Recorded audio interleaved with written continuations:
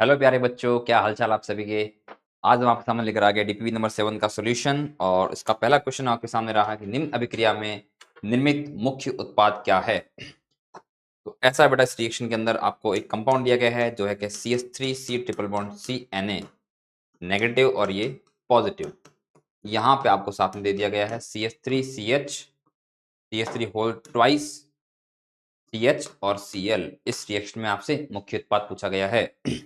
ये negative charge वाला बेटा नाभिक स्नेह जो है ये हेलो एल्केन की कार्बन पे अटैक करेगा जिसपे क्लोरीन लगा हुआ है, क्योंकि यहाँ प्लस चार्ज होता है या माइनस चार्ज होता है। यहाँ से क्लोरीन निकलेगा, SN2 अभिक्रिया होगी और ये वाला पूरा पूरा ग्रुप जो है वो क्लोरीन की जगह जाके लग जाएगा, यानी क्लोरीन को वो रिप्लेस करके वहां आके लग जाएगा ये वाला पार्ट। ठीक है, तो ये उत्पाद बन जाएगा। इसका नामकरण करेंगे, नंबरिंग हम इधर से करेंगे क्योंकि यहाँ से पाई बॉन्ड नजदीक पड़ता है। 1 2 3 4 और 5। तो 4 पे लगा हुआ मैथिल और ये है पेंट टू आइन या टू पेंटाइन। ठीक है, आंसर अपना फर्स्ट हो जाएगा। बहुत सिंपल सा क्वेश्चन था, नीट में ऐसे क्वेश्चन आते रहे अक्सर। कोलबे विद्युत अपघटनी विधि में मैथिल एसिटिलीन के निर्माण के लिए हम प्रयुक्त करते हैं मैथिल एसिटिलीन। बेटा एसिटिलीन तो होता है CH ट्रिपल बॉन्ड CH, ये होता है एसिटिलीन। इन्हों का मैथिल एसिटिलीन लेना अपने को। तो मैथिल एसिटिलीन क्या होता है, एसिटिलीन के ऊपर तुम मैथिल लगा दो, ये वाला ग्रुप, ये हो गया मैथिल एसिटिलीन। किसके कोलबे अपघटन से मैथिल एसिटिलीन बनता है, यानी ये वाला उत्पाद बनता है। तो कोलबे विद्युत अपघटन आपने पढ़ा होगा बेटा, उसमें क्या करते हैं कि ये जो CO वाला पार्ट होता है इसको हटा देते हैं अपन यहाँ से, इसको हटा देते हैं और यहाँ पे एक पाई बॉन्ड लगा लेते हैं, क्योंकि ये दोनों ग्रुप 1 और 2 पोजीशन के ऊपर है। जब भी कार्बोक्सिलेट वाला ग्रुप जो होता है 1 2 पोजीशन के ऊपर होता है तो पाई बॉन्ड बनता है। 1 3 1 4 1 5 वगैरह पे होता है, साइक्लाइजेशन होता है। यहाँ पे आपका पाई बॉन्ड बनेगा तो ये कंपाउंड बन जाएगा CH3CH, मतलब ये वाला उत्पाद बन जाएगा। और ये उत्पाद यही तो है। इसका आंसर तो पहला हो ही गया अपना, इसका आंसर तो पहला हो ही चुका है। निम्न अभिक्रिया में X है। बेटा यहाँ पे क्या ना, 2 क्लोरीन थे। ठीक है, 2 क्लोरीन थे, देख सकते हो आप, 2 क्लोरीन थे। कंपाउंड को जैसा था CH3CH2, इसके ऊपर 2 क्लोरीन लगे हुए थे और एक यहाँ पे था CH3।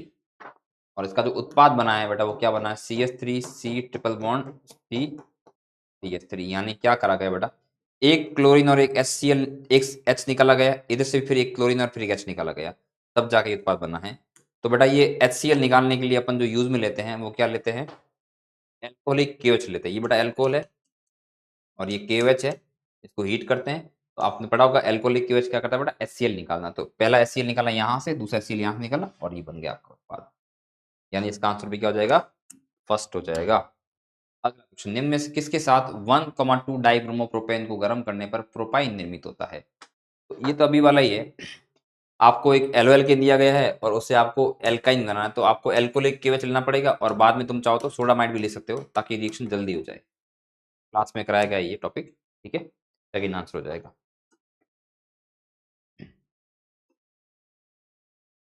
अगला, ये क्लोरोफॉर्म है और ये CH3CCl3 है। 6 के साथ रिएक्शन कराएंगे तो उत्पाद क्या बनेगा, ये क्वेश्चन पूछा गया आपसे।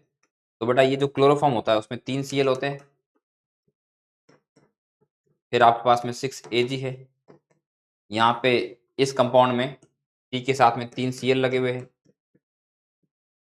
एक CH3 लगा हुआ है। इस रिएक्शन में बेटा ऐसा होता है कि 6 AgCl बाहर निकल जाते हैं और बाकी वाला ये कार्बन और ये कार्बन ट्रिपल बॉन्ड से जुड़ जाता है। तो ये उत्पाद कुछ ऐसा बन जाएगा। ये उत्पाद कौन सा है बेटा, प्रोपाइन है। बी आंसर हो जाएगा इसका। 1 ब्यूटाइन निर्मित होता है जब एथिल ब्रोमाइड को निम्न के साथ गर्म किया जाता है। एथिल ब्रोमाइड आपके पास में होता है ये वाला, इसे आपको बनाना है ब्यूटवानाइन, मतलब ये वाला कंपाउंड बनाना है। ठीक है, तो किसके साथ रिएक्शन कराएंगे, मतलब आप कुल मिला के क्या कर रहे हो, यहाँ पे इस Br को हटा रहे हो और ये वाला ग्रुप लगा रहे हो। तो आपके पास में ऐसा ग्रुप वाला कंपाउंड होना चाहिए। तो ये सोडियम मेथॉक्साइड है, तो सोडियम मेथॉक्साइड के अंदर तो बेटा ये वाला ग्रुप होता नहीं है। ठीक है, सिल्वर एक्राइलेट होता है CH2 double bond CH acrylate COOAG, ये वाला सिल्वर एक्राइलेट है। इसके अंदर भी कहीं पर ये C ट्रिपल बॉन्ड C वाला ग्रुप है नहीं। फिर सोडियम एसिटिलाइड, सोडियम एसिटिलाइड होता है CH ट्रिपल बॉन्ड CNA। ये रहा बेटा, मिल गया आपने को जिसकी तलाश थी, ये रहा ग्रुप ये वाला। ये ग्रुप इसमें प्रेजेंट है और यानी अपन यहाँ पे क्या लेंगे, CH triple bond CNA, sodium एसिटाइड लेंगे। इसका नेगेटिव चार्ज अटैक करेगा इस कार्बन के ऊपर, ब्रोमीन को निकालेगा SN2 क्रियाविधि से और खुद जाके लग जाएगा, वो उत्पाद बन जाएगा। इसका आंसर सी हो जाएगा। ये बेटा NBS क्या करता है ना, NBS का एक ध्यान रखना, NBS का जो काम होता है वो ये होता है कि कार्बन डबल बॉन्ड, कार्बन का जो अगला कार्बन है यानी एलाइलिक कार्बन है, वहां पे लगे हुए H को हटा के उसकी जगह के ऊपर ब्रोमीन लगाता है। कभी भी किसी भी यौगिक में कार्बन डबल बॉन्ड कार्बन होता है, उसके ऊपर लगा हुआ H को हटा के ये ब्रोमीन लगाने का काम करता है। तो पहले वाले स्टेप में क्या होगा बेटा, आपके पास में यहाँ जो H लगा हुआ है, ये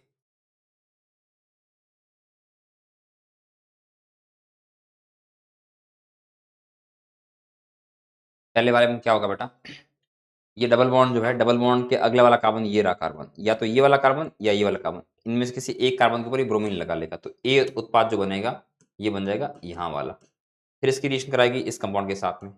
ये कंपाउंड कौन सा है, ये कंपाउंड है Na+C- C triple bond C और Me। तो आपको पता है ये C नेगेटिव जाके अटैक करता है ब्रोमीन के ऊपर, मतलब कार्बन के ऊपर अटैक करता है और यहाँ से ब्रोमीन को हटा के खुद लग जाता है। तो उत्पाद क्या बन जाएगा, उत्पाद बन जाएगा हमारे पास में यहाँ पे Br की जगह पे ये वाला पूरा भाग आके लग जाएगा। SN2 क्रियाविधि से रिएक्शन होती है, आपको पता ही है। तो ये A ये हो गया और B ये हो गया, यानी कि आंसर आपका B हो जाएगा। निम्न में से कौन से जल अपकटन अभिक्रिया एसिटिलीन की लब्धि देगी, मतलब एसिटिलीन किसमें मिलता है, इस वाली अभिक्रिया मेथिन मिलता है बेटा, इस वाले में भी मेथिन मिलता है, इस वाले में बनता है प्रोपाइन, ये वाली अभिक्रिया बनता है एसिटिलीन। ये सारी रिएक्शन मैंने एल्काइन के रिएक्शन के दौरान पढ़ाई थी, ये रिएक्शन नहीं पढ़ाई थी बेटा, लेकिन बाकी तीन तो पढ़ाई थी। हालांकि एनसीईआरटी में केवल एक यही वाली है, इसलिए अपने को केवल एक खास तौर पे यही याद रखनी। बाकी अगर ये और ये भी याद रह जाए, ए और बी, तो भी कोई बुरी बात नहीं है, कहीं ना कहीं काम आएगी। नेक्स्ट क्वेश्चन, जिंक डस्ट के साथ रिएक्शन करा रहे। जिंक क्या करता है बेटा, जिंक जो होता है, जिंक जो होता है तुम्हारे पास में, जिंक क्या करता है, दो Br को साथ अपने ले जाता है, ZnBr2 बन जाता है। इधर भी जिंक आएगा और इन दोनों Br को साथ में ले जाएगा, इधर भी ZnBr2 बन जाएगा। यानी यहाँ पर एक बॉन्ड ऊपर से आएगा, एक बॉन्ड नीचे से आएगा, यानी कार्बन ट्रिपल बॉन्ड लग जाएगा। एक बॉन्ड पहले से था, दो बॉन्ड नए बन गए, यानी इथाइन बन जाएगा बेटा, इथाइन, ये वाला इथाइन बन जाएगा। नेक्स्ट क्वेश्चन, NaNH2 क्या करेगा बेटा, NaNH2 का काम क्या होता है, HBr को निकालना, यानी HS को निकालना। बेटा एल्कोलिक KOH, तुम्हारी पूरी एनसीईआरटी में दो कंपाउंड है, एल्कोलिक KOH और सोडामाइड NaNH2, इनका काम हमेशा क्या होता है, HS को निकालना, हेलोजन और उसके पड़ोसी कार्बन से H को निकालना।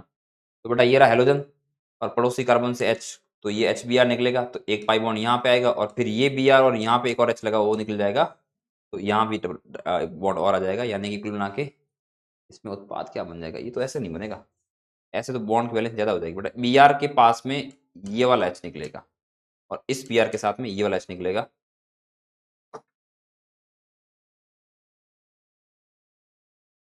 अच्छा ओके, समझ गए। देखिए ऐसा है,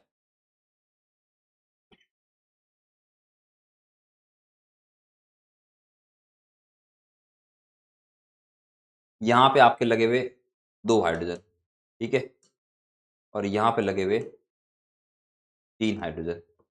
इसमें एक Br और H निकालो अगर आप यहाँ से, इसमें आप यहाँ पे एक हाइड्रोजन लगा हुआ है इधर, ये Br और ये H निकालो, डबल बॉन्ड एक यहाँ पे आ जाएगा, एक यहाँ पे आ जाएगा, यानी कि ये कंपाउंड बनेगा CH2 डबल बॉन्ड CCH2, ठीक है, एक तो ये बन जाएगा। इसमें क्या करेंगे, इसमें अब ये जो कंपाउंड बना बेटा, ये एलीन बोलते हैं इसको, एलीन बोलते हैं। अब ये कंपाउंड बेटा जो होता है ना, डबल बॉन्ड लगातार दो बार जो आते हैं, तो ये क्या होता है, अस्थायी होता है, तो ये पुनर्विन्यास करता है, एक बहुत डिफिकल्ट रिएक्शन होती है, उसमें पुनर्विन्यास होता है इसका, और ये पुनर्विन्यास करके इथाइन में, मतलब प्रोपाइन में कन्वर्ट हो जाता है, इस वाले कंपाउंड में कन्वर्ट हो जाता है। ये इससे ये बनने के जो मैकेनिज्म बेटा है, या ये रिएक्शन जो है, ये नीट में नहीं पढ़ाई जाती है, जेई की रिएक्शन है, इसलिए आपको इस पर ध्यान देने की जरूरत नहीं है।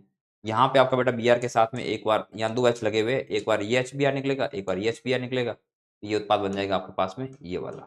तो ये उत्पाद और ये उत्पाद क्या है, सेम है, तो इसका आंसर हो जाएगा समान यौगिक।